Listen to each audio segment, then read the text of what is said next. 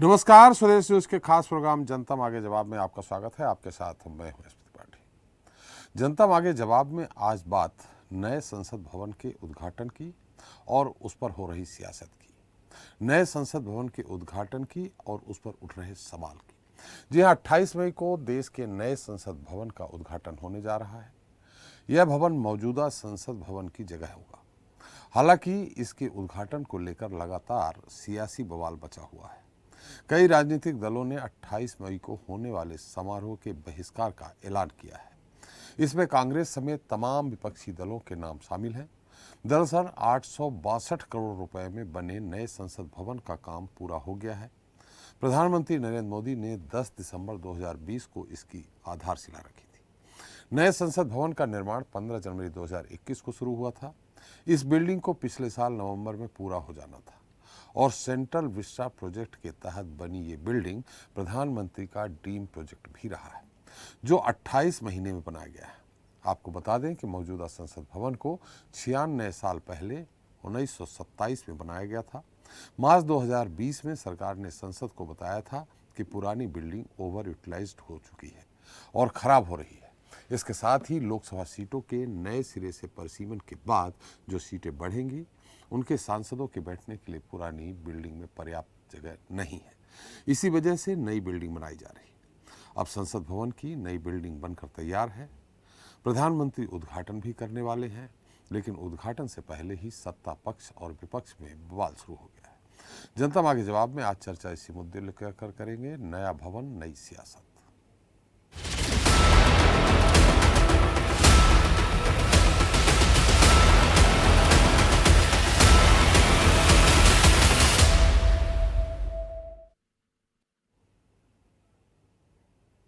तो कांग्रेस समेत विपक्ष के 19 दल संसद के नए भवन के उद्घाटन समारोह में शामिल नहीं होंगे।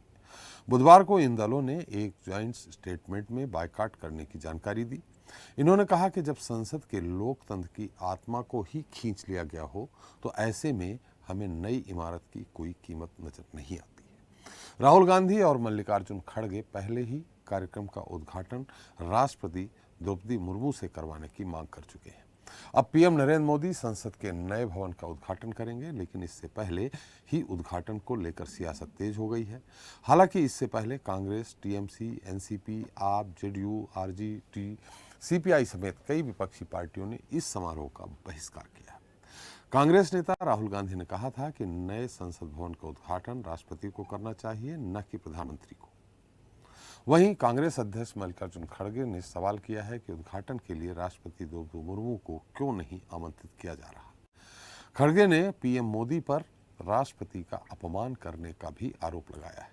उन्होंने कहा है कि भारत के राष्ट्रपति का कार्यालय भाजपा आरएसएस सरकार के तहत प्रतीकवाद तक सिमट गया है।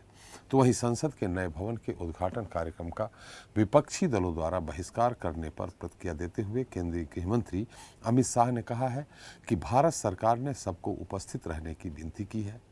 हमने सबको बुलाया है, लेकिन सब अपनी सोचने की क्षमता के अनुसार रिएक्शन भी देते हैं।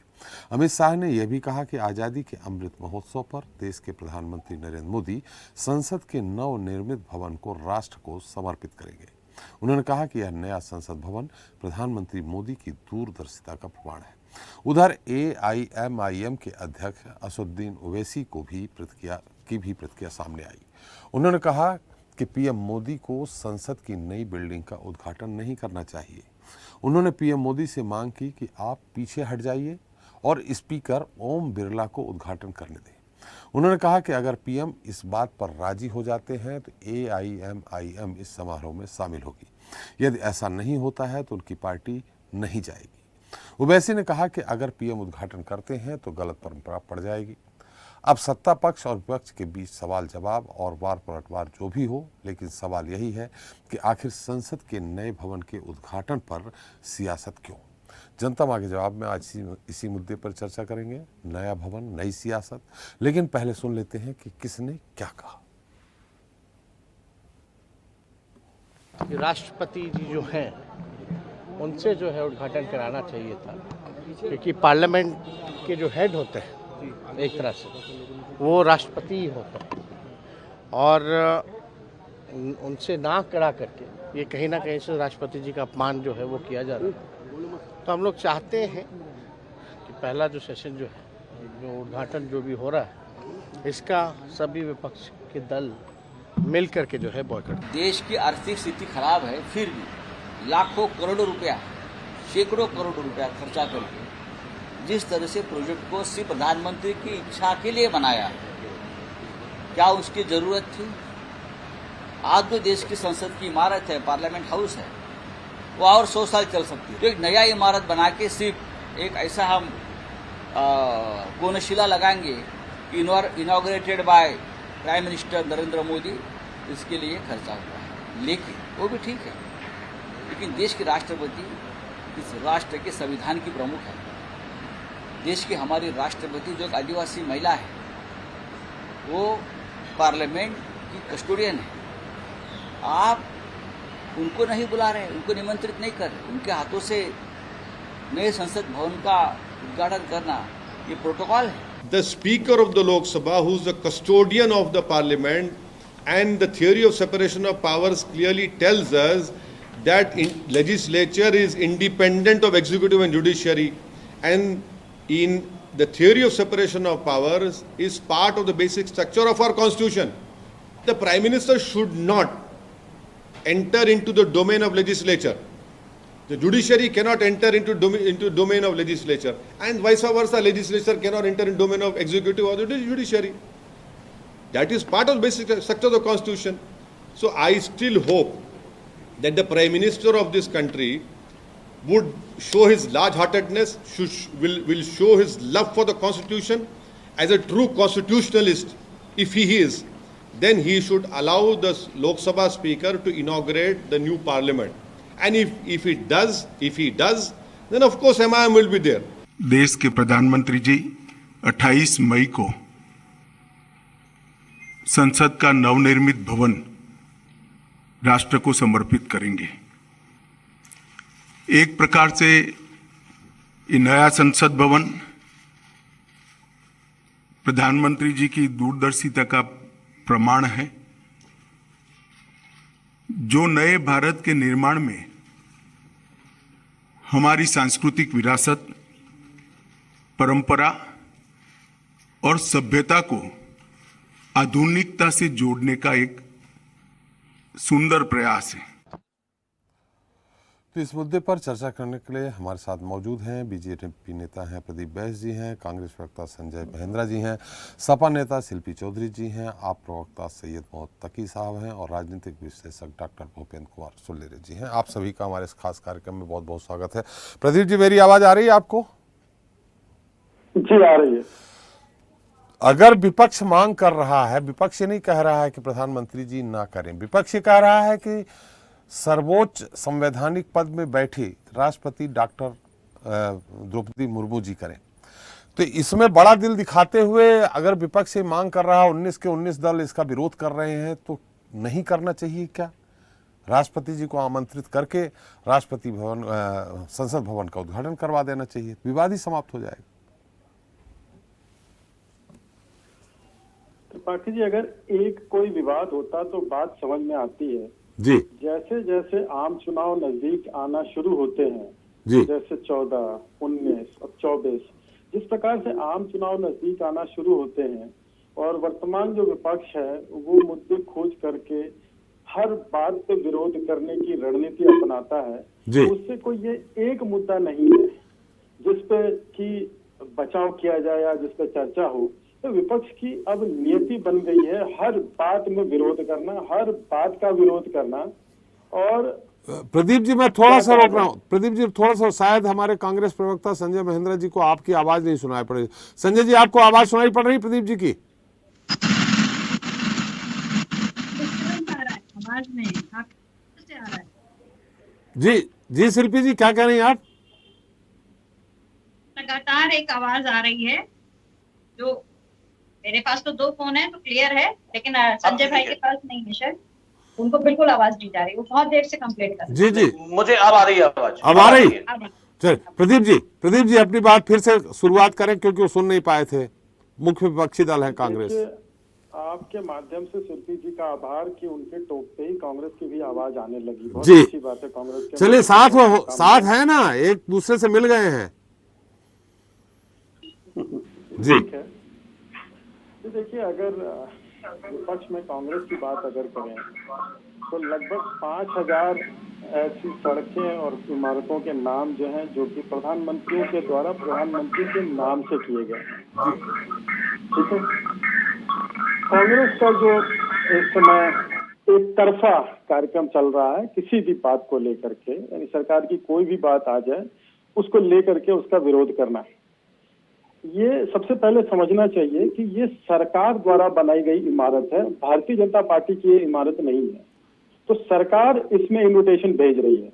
निश्चित तौर पर आप स्वतंत्र हैं जाने न जाने के लिए, लेकिन जो आपका विरोध है वो भारतीय जनता पार्टी के लिए है, प्रधानमंत्री के लिए है, राष्ट्रपति जैसे पद की गरिमा को, ये वही कांग्रेस है आज राष्ट्रपति पद के गरिमा की बात कर रहा है।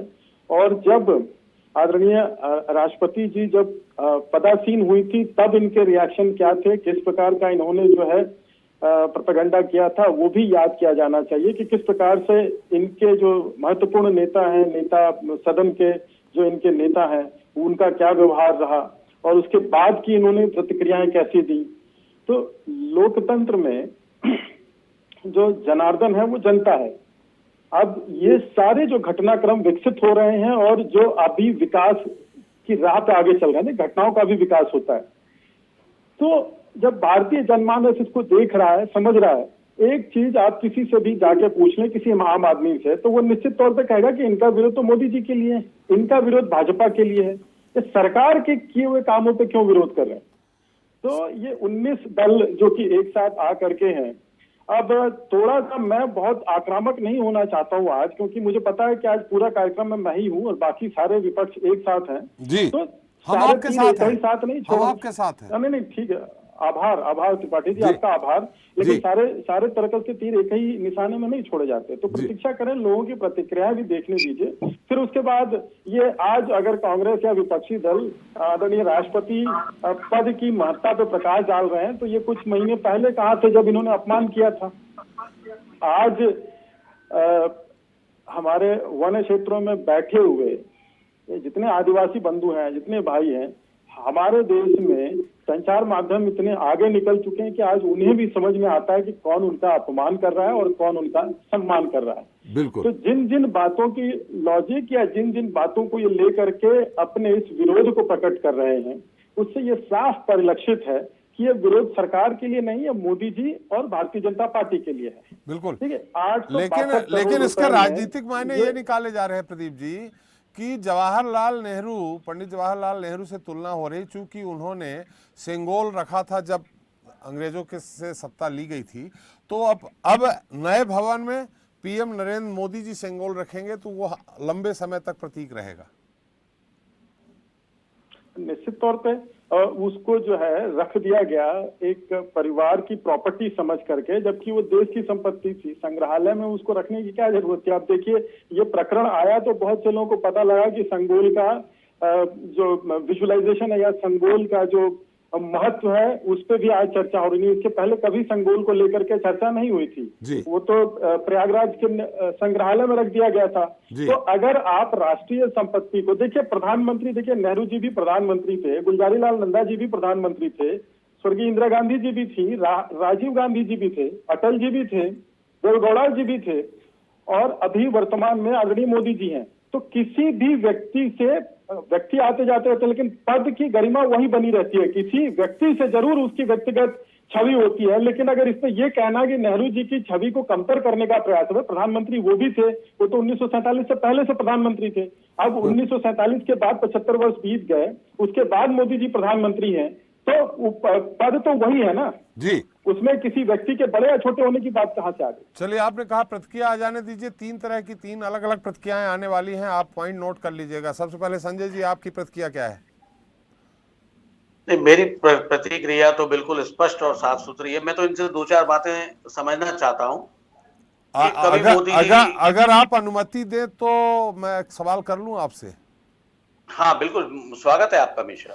इसके पहले भी जो संसद भवन है उसमें चाहे लाइब्रेरी की बात हो या दूसरे सभागार की बात हो, जब भी वो बने हैं तो तत्कालीन उस समय के प्रधानमंत्री, चाहे इंदिरा जी रही हो चाहे राजीव गांधी जी रहे हो, उन्होंने ही उसका उद्घाटन किया। उस समय आप लोगों ने राष्ट्रपति जी को क्यों बुलाने की पेशकश नहीं की? बहुत अच्छी बात है। ये तो संसद भवन की बात हो रही है ना सर जी त्रिपाठी जी, तो संसद भवन की बात हो रही है। संवैधानिक पद पर बैठे हुए प्रमुख व्यक्ति का यह अधिकार होता है कि वो उसका लोकार्पण करे, नंबर 1। मगर दिक्कत कहाँ है आप समझो, मोदी जी संविधान तो मानते नहीं है। 2014 के बाद से संविधान के प्रति उनकी जो घृणात्मक नीति है उसका ये दुष्परिणाम है कि वनवासी समुदाय को, आदिवासी समुदाय को वनवासी समुदाय कहना।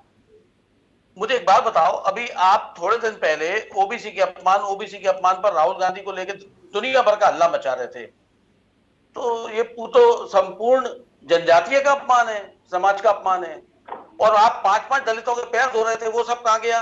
दरअसल क्या है, मोदी जी एक्चुअली मैं असली बात में बताता हूं क्या आप आदिवासी महिला की बात कर रहे हैं कि एक राष्ट्रपति की बात कर रहे हैं कि राष्ट्रपति को उद्घाटन करना चाहिए? मैं अपनी बात बिल्कुल स्पष्ट कर दूंगा त्रिपाठी जी, आपको बिल्कुल प्रॉपर जवाब दे दूंगा जी।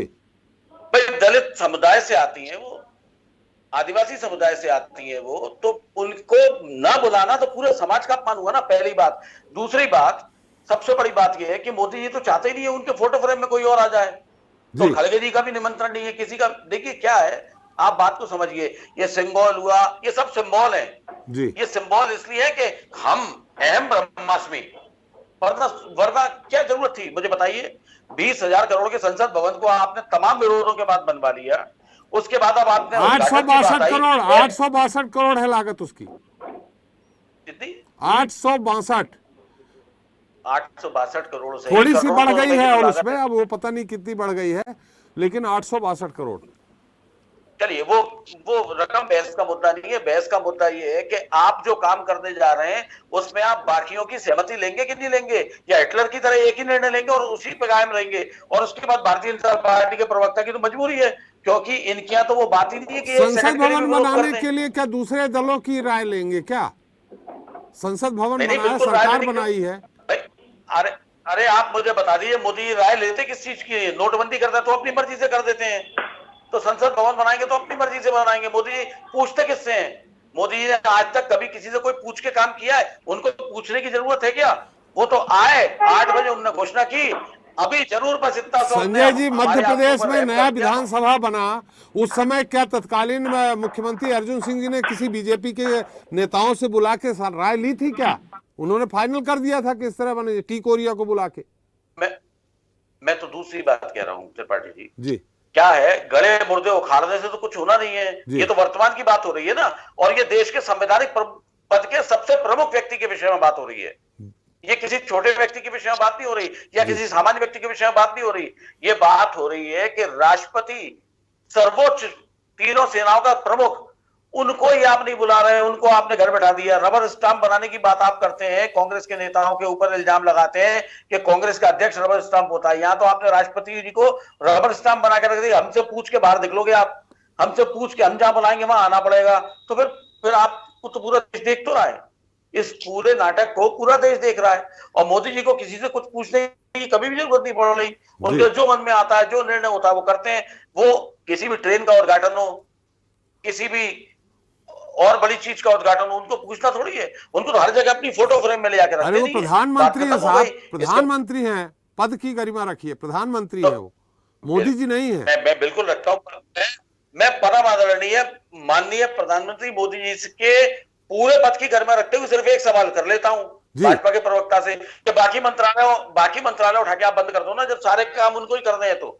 जी चलिए, सारे काम जब उनको करने हैं, हर फोटो फ्रेम में उनको लाना, तो बाकी मंत्रालय के विभूषित लोगों को आप हटा दो, उनको बंद कर दो, उनको बोलो भाई आपकी कोई जरूरत नहीं है, जो काम होना है पीएम मोदी जी करेंगे। चलिए, आपका पॉइंट नोट कर लिया है प्रदीप जी, नोट कर लीजिए। अभी और 2 तरह के और विरोध आएंगे, नोट कर लीजिए। हम आपके पास, शिल्पी जी अपना अलग कुछ कहने वाली है। शिल्पी जी, अब वो दलितों के पैर धोने वाला जरूर पूछ लीजिएगा। नहीं, आपने पूछ लिया है, उन्होंने नोट कर लिया। मैं देख रहा हूँ प्रदीप जी बहुत इस तरह के माने गंभीर प्रवक्ता हैं, वो पॉइंट भी नोट करते हैं, मैं देख रहा हूं उनको। जी शिल्पी जी।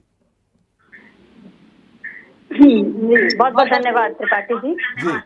मैं भारतीय जनता पार्टी के प्रवक्ता महोदय से पूछना चाह रही हूँ कि क्या ये आवाज गूंज रही लगता है आपकी थोड़ी सी। नया संसद भवन किसी भी तरीके से जनता के लिए महत्वपूर्ण है आज के संदर्भ में? जी।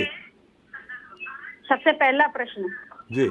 दूसरी बात, वो देश जो भुखमरी के सूचकांक पर लगातार ऊपर बढ़ता जा रहा है, वो देश जिसमें सरकारी आंकड़े हैं कि वो कुल 135 या 30 करोड़ लोगों में 84 करोड़ लोगों को मुफ्त राशन दे रही है, ये सरकार कह रही है जी। उस देश में क्या 862 करोड़ रुपए की कोई महत्व नहीं था? क्या इससे किसी भी किस्म का रोजगार सृजित नहीं किया जा सकता था?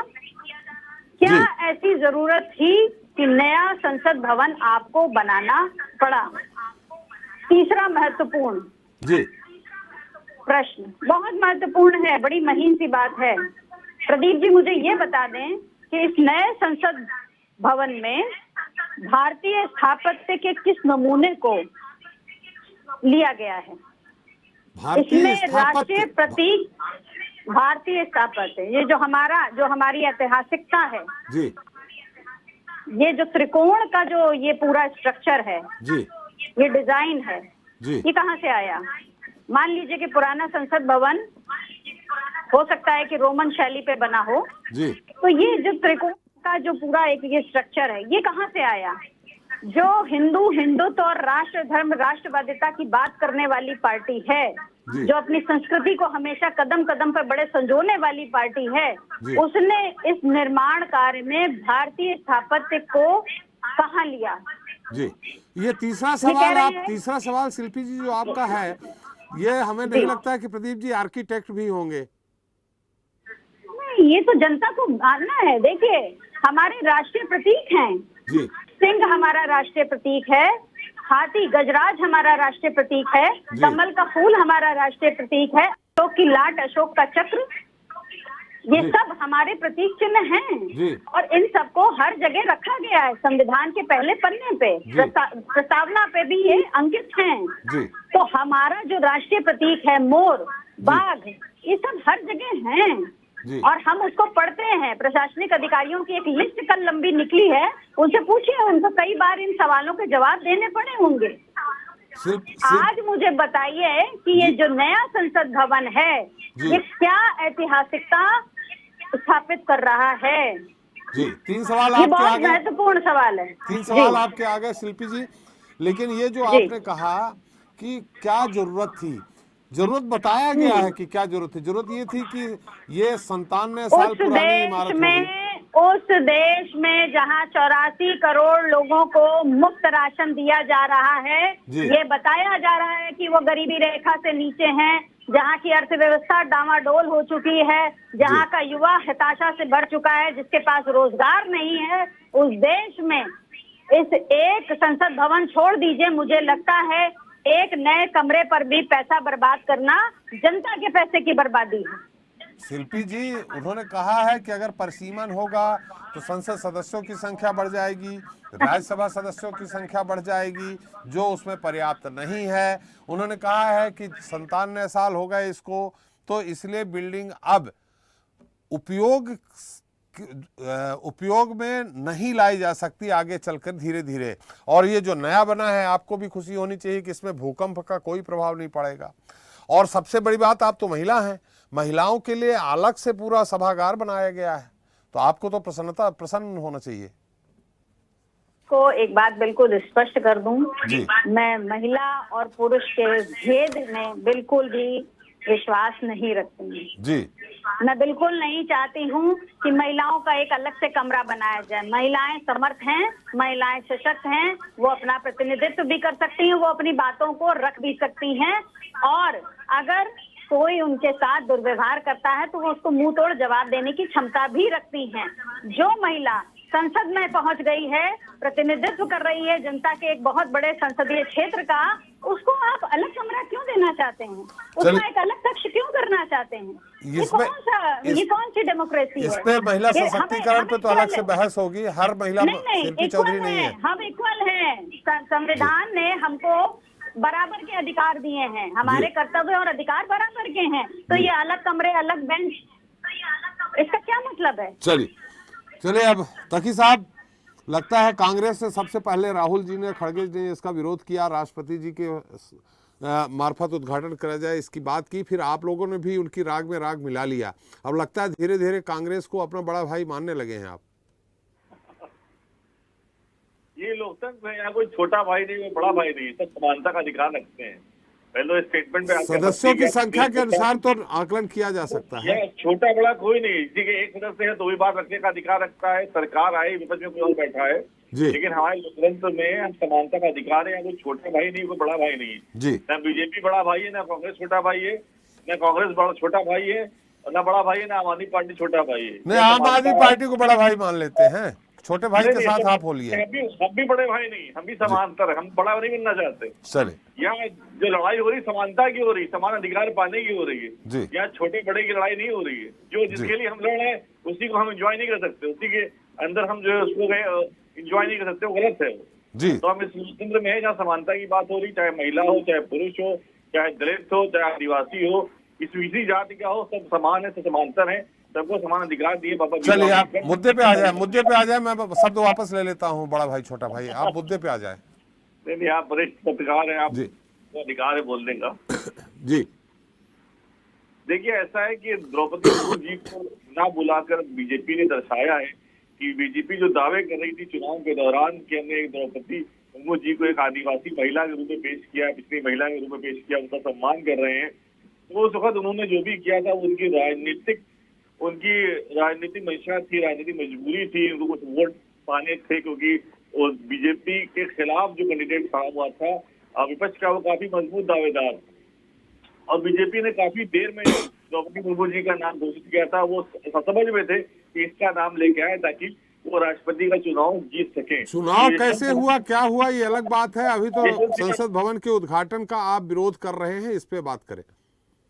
मैं वही पे आ रहा हूँ। दूसरी बात ये कि आप एक जो राष्ट्रपति होता है, राष्ट्रपति बहुत ही गौरवशाली पद होता है, बहुत गरिमा वाला पद होता है, और वो निर्वाचित पद होता है। उसको मेंबर ऑफ पार्लियामेंट जो लोअर हाउस के हैं, अपर हाउस के हैं, वो सेलेक्ट करते हैं। उसको सारी विधानसभाओं में विधायक सेलेक्ट करते हैं, उसको एमएलसी चुनते हैं।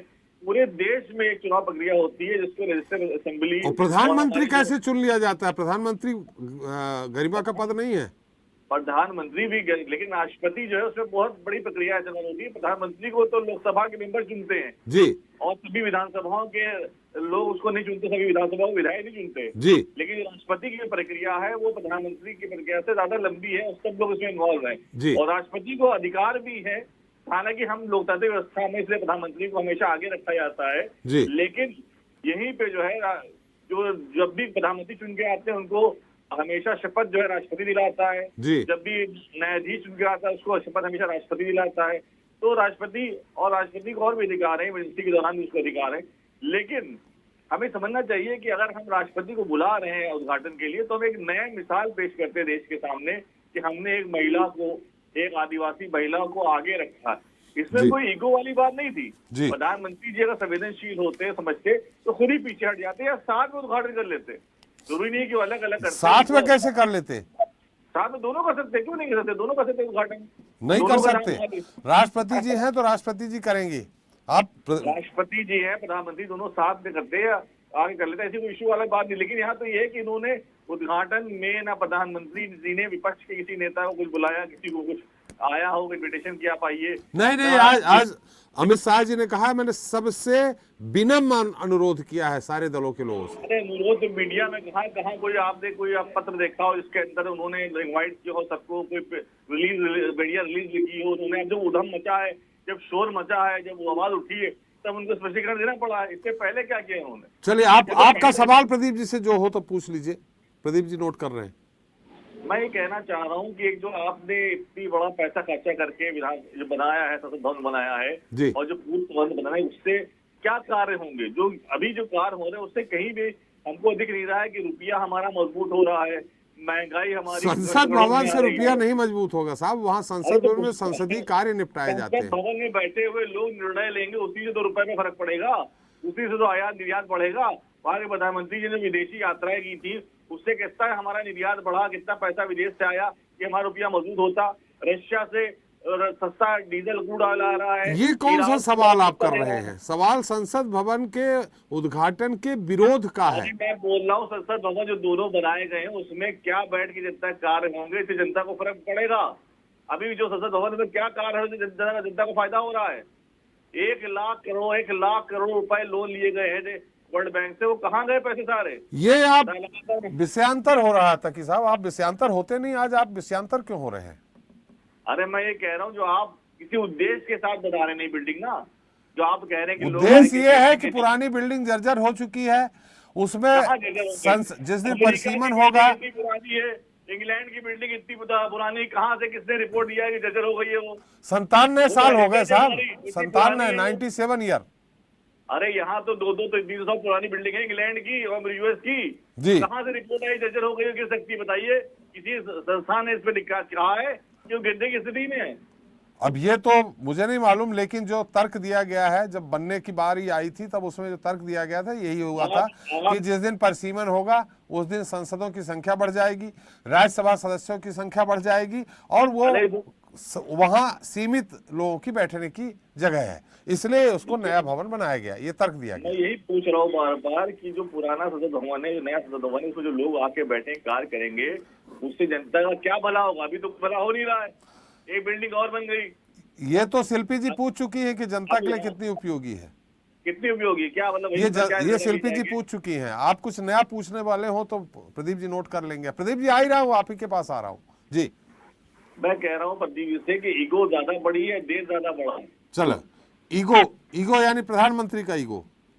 अब जो भी समझिए, ईगो ज्यादा बड़ी है, देश ज्यादा बड़ा है। प्रधानमंत्री भी अगर विपक्ष कह रहा है, सब लोग अलग हो रहे हैं। पहली बार ऐसा हुआ है कि 19 दलों ने कहा है कि वो इसमें शामिल नहीं होंगे विदेशों में, और क्या संदेश जाएगा देश का जी कि प्रधानमंत्री जी देश को साथ लेके चलने में सक्षम नहीं है। ये साथ में प्रतीत होता है। ये चलिए, ये तो आप लोग तो उस समय जेपीसी की मांग के समय से आप लोग सारे दल इकट्ठा हो रहे हो, मीटिंग हो रही है कि बीजेपी को कैसे हराना है, मोदी जी को कैसे हराना है। वही एकता आप लोगों ने यहाँ दिखाई है। ठीक है, एकता होनी चाहिए। सुषमा स्वराज जी का पुराना एक संदेश जो उन्होंने दिया था संसद भवन में ही, उन्होंने कहा था कि विपक्ष को साथ में लेके चलना सत्ता पक्ष की जिम्मेदारी होती है जी।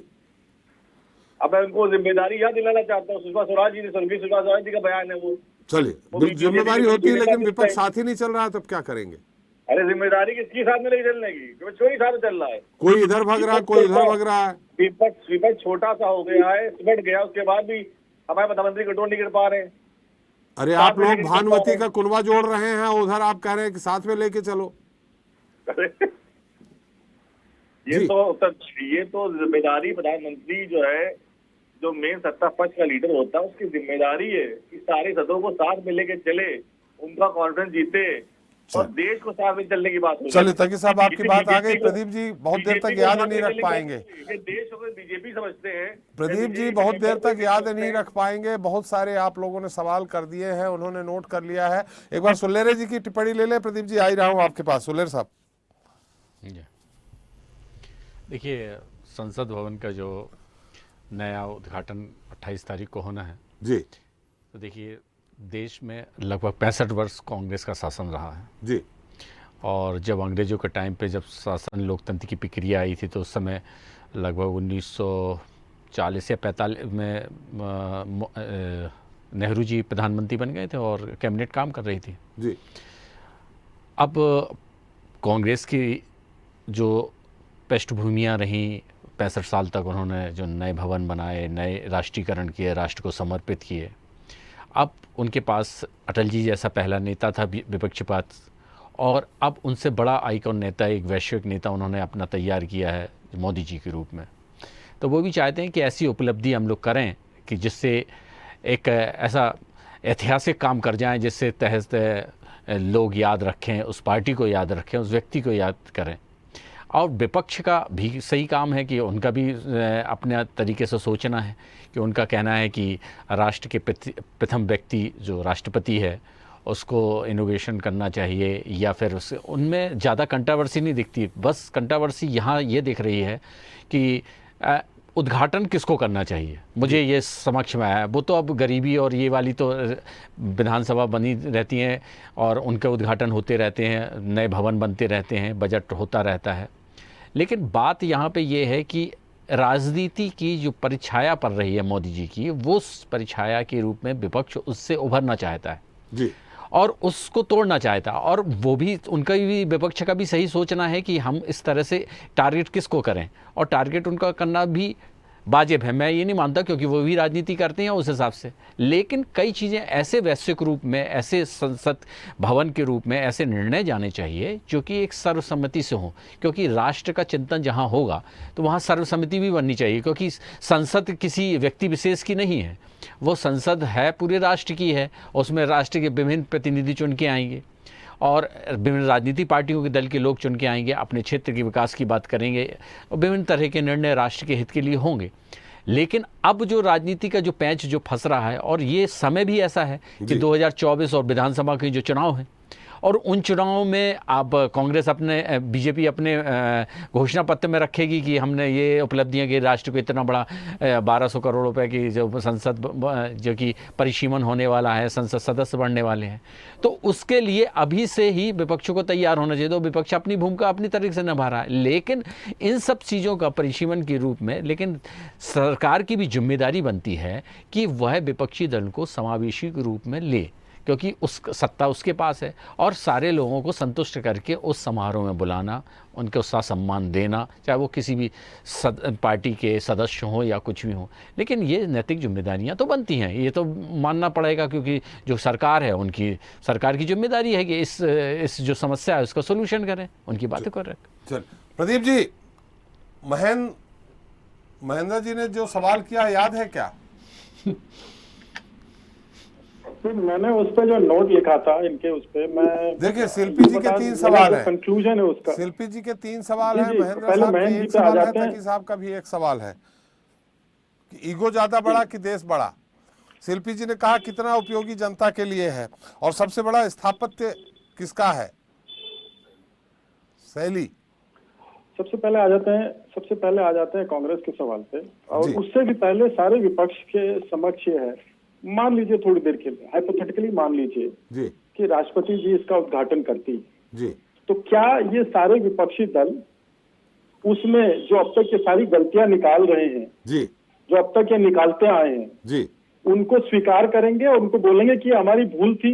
उस शब्द तो खैर वापस नहीं हो सकते, लेकिन क्या ये ऐसी गलतियां दोबारा नहीं दोहराएंगे? इस पे समूचा विपक्ष एक होकर के, एक मत होकर के क्या माफी मांग सकता है क्या? कौन सी गलती है? कौन सी गलती है? अरे सवाल करना गलती हो गई। अगर राष्ट्रपति नहीं, राष्ट्रपति करेंगे तो हम उनके काम, उनके आने का स्वागत करेंगे, लेकिन ऐसा नहीं कि हम सवाल नहीं करेंगे। शिल्पी जी, प्रदीप जी का सवाल तो मेरा सवाल करने से किसने रोका है? नहीं, वो कह रहे हैं कि माफी मांगेंगे, मैं पूछ रही हूँ कि किस बात की हम माफी मांगेंगे? शिल्पी जी, उनका कहना यह है कि जो आपने सवाल उठाए हैं कि जनता के लिए कितना उपयोगी, 862 करोड़ रुपए सवाल तब भी रहेगा, वो सवाल तब भी रहेगा। अगर राष्ट्रपति महोदया भी आती है, वो सवाल तब भी रहेगा। जी चलिए प्रदीप जी शिल्पी जी के प्रश्न पे मैं आऊंगा, शिल्पी जी के प्रश्न पे मैं आऊंगा। अभी तो मैं उसकी बात कर रहा था, ये कांग्रेस जो है केवल विरोध करने के लिए और कटाक्ष करने के लिए, लेकिन कांग्रेस का तो सीधा सा बार बार वही सवाल आ जाता है, भाई आपके शासनकाल में तो सारा कार्य प्रधानमंत्रियों ने किया है, आप केवल विरोध मात्र के लिए इस सवाल को आप जो है आग में घी का काम कर रहे हैं, तो ये कहां तक उचित है? और ये जनता समझती है कि केवल संसद का उद्घाटन नहीं है, ये इनकी नियति पे भी बहुत बड़ा सवाल है। और दूसरा, शिल्पी जी का एक मैं सवाल का मैं जवाब दे देता हूँ। उत्तर प्रदेश में 25 करोड़ की आबादी है, हम और शिल्पी जी भी उत्तर प्रदेश से ही आते हैं। अभी हमारे यहाँ चुनाव कौन से परिसीमन पे होते हैं किसी को पता है? शायद त्रिपाठी जी आपको पता हो कि कौन से परिसीमन पे, किस सेंसस के परिसीमन पे अभी तक चुनाव हो रहे हैं? 1971 के सेंसस के परिसीमन पे अभी भी चुनाव हो रहे हैं। आज सांसदों की संख्या बढ़ने की आवश्यकता है। शिल्पी जी सुन लीजिए, शिल्पी जी सुन तो लीजिए जी। अरे नहीं, आपके घर मतलब बारात आ जाए तब खाना बनेगा या पहले से तैयार होता है? तो बैठने की व्यवस्था हो गई तब सांसदों का नंबर आ जाएगा, चिंता मत करिए। अरे जनगणना कराइए, हमको मांग रहे हैं, जनगणना कराइए। 1951 से आप अभी तक सेंसस नहीं कर पा रहे। अरे क्या सुन रहे हैं? शिल्पी जी सुन लीजिए, आज उत्तर शिल्पी जी सुन तो लीजिए, आपने सवाल देखिए, आपने सवाल किए थे 3, बड़े धैर्य से उन्होंने सुना और नोट भी किया, तो अब उनका उत्तर भी सुन लीजिए आप। वो कहाँ से कहाँ तक चले गए? मैं परिसीमन की बात परिसीमन में सदस्य संख्या बढ़ेगी, उस पर बात हो रही है। मुझे परिसीमन में सदस्य संख्या बढ़ रही है, उसकी बात हो रही है। जनता के हित की बात बताइए, मुझे बताइए। उत्तर प्रदेश की ये बात कर रहे हैं, सरकार में जनता के हित में कितने निर्माण कार्य कर रहे हैं शिल्पी जी, पिछले सालों में? एक एक करके उत्तर दे रहे हैं, आप सुन तो लीजिए। जी प्रदीप जी। देखिए, सांसदों के बैठने की व्यवस्था ये बेसिक सा सवाल है, जब हो जाएगा तो संख्या भी बढ़ेगी, उसकी टेंशन ना लीजिए। बहुत जल्दी जल्दी काम होते हैं, यहाँ पे फाइल लंबी लटकती नहीं भाजपा के शासन में। दूसरा त्रिपाठी जी, शिल्पी जी का प्रश्न था कि क्या इससे रोजगार, अरे वो जो बनाने वाले इंजीनियर थे और जो उसमें काम करने वाले मजदूर थे वो सारे भारतीय ही थे, तो 2 वर्षों के लिए उसमें रोजगार निकला। दूसरी बात, 2012 में कांग्रेस ने इसकी प्रस्तावना की थी और तब का बजट 2000 करोड़ था। अब का बजट 862 करोड़ है। थोड़ा सा अगर बढ़ा होगा तो मुझे एग्जैक्ट डाटा नहीं दे सकता, तो 1000 करोड़ की 1200 करोड़ की बचत हुई है देश के और करदाताओं के पैसे की। अगर आप इससे संतुष्ट नहीं है तो फिर मैं उस पर कुछ नहीं कहूंगा, लेकिन परिसीमन जो हुआ है वो 1971 के आधार पर अभी भी चल रहा है। 50 वर्षों से ज्यादा हो गए। सांसदों के बढ़ने, जनप्रतिनिधित्व के बढ़ने की बात है, तो उनको बढ़ा करके सीधे केवल चुनाव करा के नहीं होगा, वो आकर के चर्चा करें, संसदीय कार्रवाई में भाग ले, नए कानून बने, उसके लिए भी व्यवस्था करनी चाहिए। और अगर कांग्रेस के लगाई हुई लुत्ती पे इतना सारे विपक्ष है तो सीधा सा सवाल है कि एक विपक्ष का नेता अभी निर्धारित कर लीजिए, सारी विपक्ष की एकता की ढोल और पोल सब खुल जाएगी। एक नेता बना लीजिए, आइए विरोध करिए, मत आइएगा वहां पे केवल ये सांकेतिक रूप में कि चलिए ठीक है आपकी इतनी एकता है तो कोई एक नेता चुन लीजिए, उसी का चुनाव लड़ लीजिएगा, ठीक है। केवल अरे तो आप क्यों परेशान हो रहे हैं? हम एक चुने या हम 19 अकेले आपसे लड़े, आप क्यों परेशान हैं भाई? हमारी लड़ाई आपसे नहीं, हमारी लड़ाई आपसे है। हम लॉन्ड्री मशीन थोड़ी ना लगा के बैठे हैं भारतीय जनता पार्टी की तरह कि हमने लॉन्ड्री लगाई और एक मोदी जी आपके सर्वमान्य नेता हो गए। आपने कहा ना कि आप एक नेता चुन लीजिए। मोदी जी सर्वमान्य नेता बीजेपी के हैं, उनको बीजेपी ने चुना है। उनकी कैसे बने? लॉन्ड्री मशीन लगा के बने ना सर्वमान्य, लॉन्ड्री मशीन लगा भाई के सपा के बने। आपके अखिलेश यादव जी सर्वमान्य नेता हैं कि नहीं है? भारतीय जनता पार्टी के मोदी जी सर्वमान्य नेता सपा किसी के ऊपर दबाव नहीं डाल रही है ना इसी तरह। ये क्यों परेशान है? इनके यहाँ कांग्रेसी चले गए, इनके यहाँ सपाई चले गए, इनके यहाँ बसपाई चले गए। भारतीय जनता पार्टी में अपना कैडर कितना है, क्यों परेशान हो रहे हैं? चलिए शिल्पी जी, भारतीय जनता आपके पार्टी बहुत सारे संविधान सवाल आ गए, हो उत्तर चुकी भी है। तो सुन लीजिए। महेंद्रा जी बहुत देर से शांत बैठे हैं। जी महेंद्रा जी। संजय जी। हाँ मैं सुना आपकी आवाज आ रही है मुझ तक त्रिपाठी जी। संजय जी, मैं तो बड़े अफसोस से अपनी हाँ जी हाँ, आपके सवालों का मेरी आवाज आ रही है? प्रदीप जी ने दे दिया है, आपने सुन लिया होगा। नहीं मैं बड़े अफसोस के साथ क्षमा प्रार्थी हूँ कि मुझे किसी की, ना शिल्पी जी की ना प्रदीप जी की, किसी की आवाज क्लियर सुनाई नहीं आई, तो मुझे कुछ भी नहीं पता किसने क्या बोला। लेकिन मैं अपनी बात अपने तरीके से अलग से रख देता हूँ, मुझे सुनाई कुछ भी नहीं आया है, लेकिन जितनी मुझे बात समझ में आती है, मैं एक बात जानता हूँ, उस पर मैं कायम हूँ जी। भारतीय जनता पार्टी और उसके नेता घोर महिला विरोधी हैं, मैं आपको बताता हूं। और इसकी शुरुआत प्रधानमंत्री जी से होती है। आप याद कीजिए, संसद में शूर्पणखा जैसी 50 करोड़ की गर्लफ्रेंड, बंगाल में जाके दीदी ओ दीदी, इतने हल्के स्तर पे क्या, तो वो राष्ट्रपति जी को कहां से सहन करेंगे? द्रौपदी मुर्मू जी को तो वो सहन ही नहीं कर सकते इतने बड़े फ्रेम में। तो भारतीय जनता पार्टी मूल रूप से बेसिकली उन्हीं ने बनाया है द्रौपदी मुर्मू जी को राष्ट्रपति, आदिवासी महिला को उन्हीं ने बनाया है। आप कह रहे हैं कि महिलाओं को बर्दाश्त ही नहीं कर सकते। तो मैं कह रहा हूं ना, वो तो मजबूरी है। आप देखिए ना, मेरी बात समझिए, जब काम निकलना है तो सिक्के से काम लेना, बाकी तो उसके बाद तो सिक्के को खोटा साबित कर ही देना उन्होंने। वरना क्या वजह है कि क्यों नहीं बुलाना चाहते? कौन सा काम निकाल लिया? कौन सा काम निकालना था? इसलिए निमंत्रण नहीं दिया जा रहा। चुनाव थोड़ी थे उस समय मुझे बहुत भाई, चुनाव थोड़ी थे उस समय कि आदिवासी वोट लेने के लिए उनको बनाया। संजय जी, संजय जी मेरी आवाज आ रही? लगता है फिर से संपर्क। सर मुझे आवाज नहीं आ रही। जी जी, मैं अपने तकनीकी साथियों से कहता हूं कि एक बार फिर से आप चेक करें। जी प्रदीप जी, बात यहाँ इस बात की हो रही है। हाँ तकी साहब, मैं आ रहा हूं, एक बार प्रदीप जी से सवाल कर लूं। सवाल ये भी उठ रहे हैं कहीं न कहीं से कि प्रधानमंत्री नरेंद्र मोदी जी ने, ठीक है उद्घाटन कर रहे हैं, उन्होंने बनवाया, कर रहे हैं, लेकिन गुजरात में अपने जीवित रहते उन्होंने एक स्टेडियम का नाम नरेंद्र मोदी स्टेडियम रख लिया। ये भी बात सामने आ रही है। प्रदीप जी। सर, गुजरात में दूसरी सरकार है और केंद्र में भारतीय जनता पार्टी की सरकार है। और बात सही है कि गुजरात में भी भारतीय जनता पार्टी के ही नेतृत्व की सरकार है जी। और वहाँ के मंत्रिमंडल, वहाँ के मुख्यमंत्री स्वतंत्र हैं, वो किसके नाम पे नाम रखें। अब ये चूंकि मोदी जी की प्रसिद्धि इतनी है कि देखिए क्या होता है, जब प्रीमियम बहुत ज्यादा हो जाता है ना, प्रसिद्धि बहुत ज्यादा होती है, तो उसकी कीमत भी बहुत बड़ी होती है। अब देखिए पूरा विपक्ष को अगर एक किसी ने किया है तो मोदी जी ने किया है।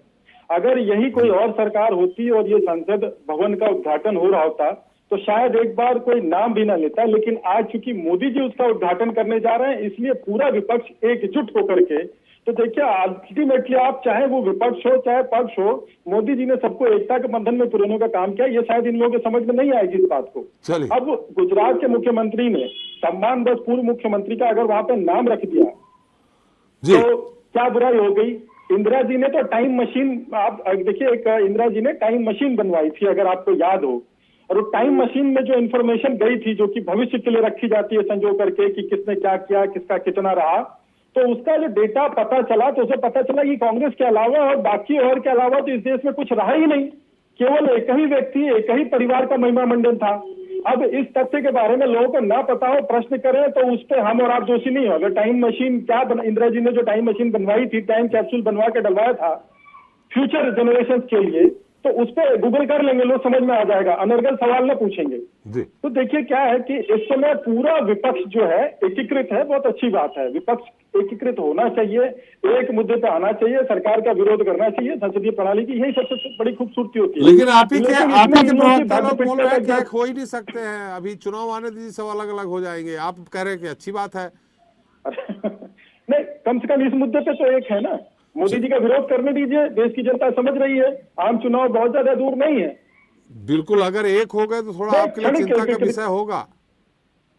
नहीं, कोई चिंता का विषय नहीं है त्रिपाठी जी, मैं बड़ी गंभीरता से, बड़ी मजबूती से कह रहा हूँ जी, कोई इनकी एकता या इनका विखंडित होना कोई भी मुश्किल या ऐसी हमारे लिए बात नहीं है। हम पार्टी बेस्ड पार्टी है, तो परिवार कोई एक व्यक्ति की पार्टी थोड़ी है। अभी आप मोदी जी देखिए, प्रसिद्ध नेता है, बहुत प्रसिद्ध है, विश्व में उनका डंका बज रहा है, तो कहीं न कहीं कुछ न कुछ तो विरोध, विपक्ष का मतलब विपक्ष का पर्यायवाची होता है विरोध करना। जी जी प्रदीप जी, और विरोध वो कर रहे हैं। चलिए प्रदीप जी, तकी साहब बहुत देर से कुछ कहना चाह रहे हैं। जी तकी साहब। देखिए, जो भाजपा प्रवक्ता बार बार कह रहे हैं कि आप सभी पार्टियों ने द्रौपदी मुर्मू जी का विरोध किया था, तो हम लोगों ने भाई विरोध नहीं किया था। चुनाव के समय हमारे भी विपक्ष के नेता के भी एक कैंडिडेट थी, वो अलग कैंडिडेट थी, तो हम लोग अपने कैंडिडेट की बात कर रहे थे, हमने विरोध नहीं किया था। और उनके चुनने के बाद भी सबने स्वागत किया, किसी ने विरोध नहीं किया है। तो बीजेपी जो बात कह रही है बिल्कुल सर कह रही है, उसका मैं खंडन करता हूँ। चुनाव प्रक्रिया विपक्ष का नेता होगा, विपक्ष का कोई प्रतिनिधि करेगा, तो हमारे विपक्ष से एक व्यक्ति था, वो प्रतिनिधि कर रहा था, तो हमने उसको सपोर्ट किया और उसके जाहिर सी बात उसके अगेंस्ट वोट की, तो उसमें हमने उनका विरोध नहीं किया। वो तो एक प्रक्रिया थी जो हमने इसको अपने फॉलो किया। और जब वो नियुक्ति प्राप्त करके आई महामहिम द्रौपदी मुर्मू जी, तो हमने उनको स्वागत किया, उसका रिस्पेक्ट किया। और ऐसी कोई बात नहीं। अगर ये वक्त है बीजेपी को दिखाने का कि जिसको आप चुन के लाए राष्ट्रपति के पद पे, क्या उसकी आप वाकई में सम्मान करते हैं? क्या अगर संसद भवन का उद्घाटन अगर नरेंद्र मोदी जी प्रधानमंत्री जी कह रहे हैं, तो ये अपमान कैसे हो गया राष्ट्रपति जी का? देखिए, ये समय है ये दिखाने का कि जो आप द्रौपदी मुर्मू जी के लिए जो बात करते थे, जब आपने चुनाव के वक्त जो बातें कही थी, उसको प्रमाणित करने का, जनता को दिखाने का ये सही टाइम है।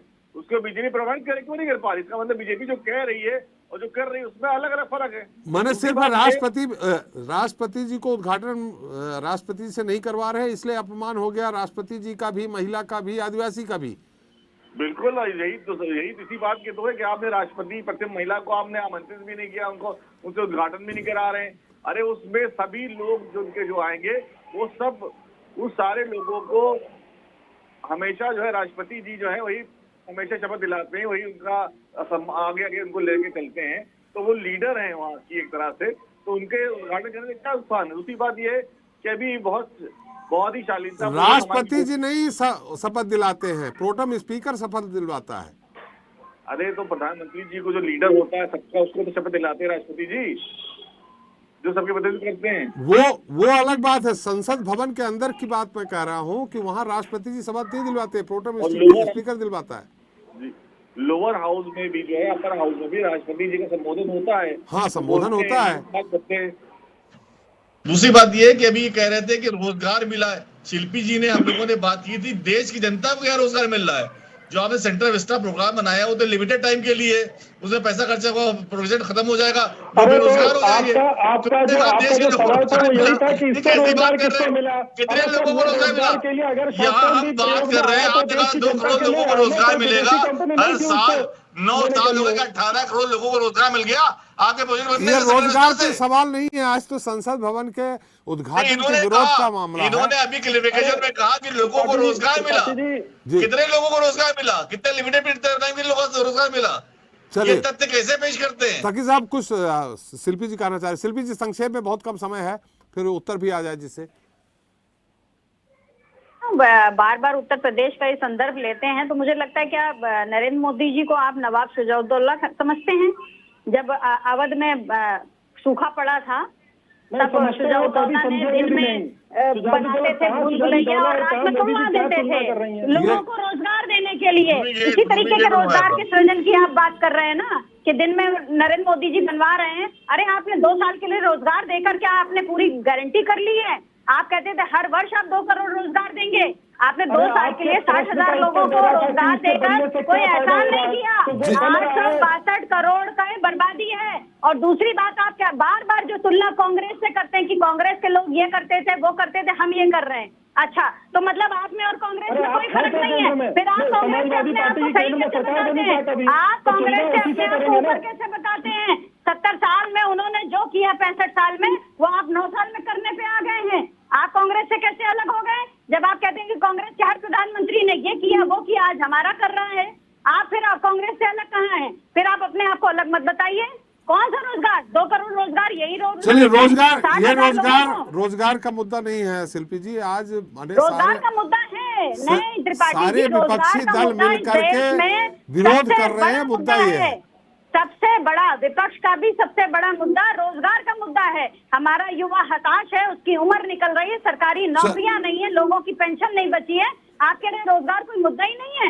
नहीं, आज रोजगार का मुद्दा नहीं है, हम ये बोल रहे हैं। आज रोजगार का मुद्दा नहीं है, कल भी रोजगार, आज संसद भवन के उद्घाटन के विरोध का मुद्दा है। जी चलिए प्रदीप जी, उसमें समय समाप्त हो गया, इसीलिए विरोध है। चलिए प्रदीप जी, समय समाप्त हो गया है।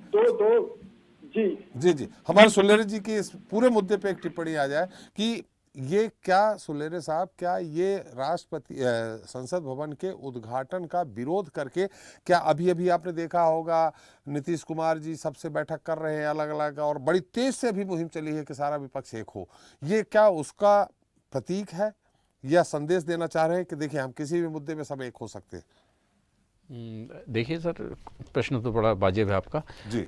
बात यहाँ प्रश्न ये है कि कोई भी चीज़ सरकार करती है तो उसके सरकार के पक्ष में विपक्ष का जो प्रश्न करने का तो अपना तरीका है ही, और उसकी जवाबदेही सरकार की बनती हुई है जी।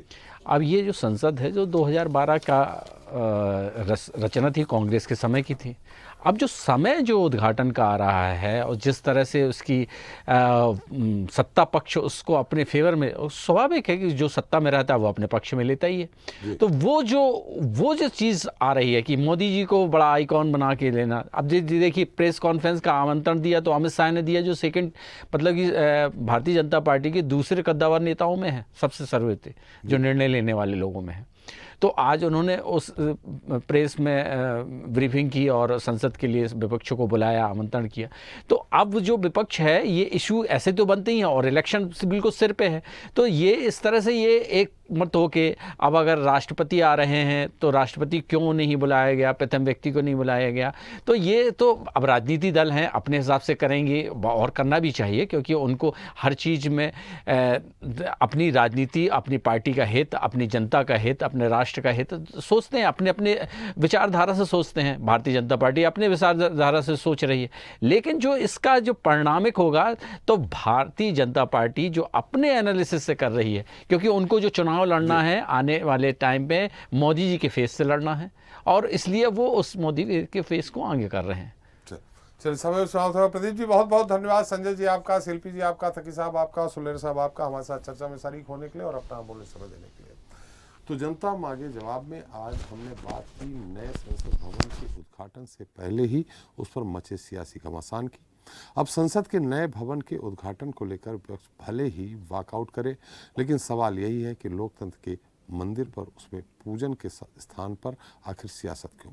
अब 28 मई ज़्यादा दूर नहीं है, सो देखने वाली बात यह भी होगी कि नए संसद भवन पर ये नई सियासत और नया गुल क्या खिलाती है। जनता मांगे जवाब इतना ही। नमस्कार।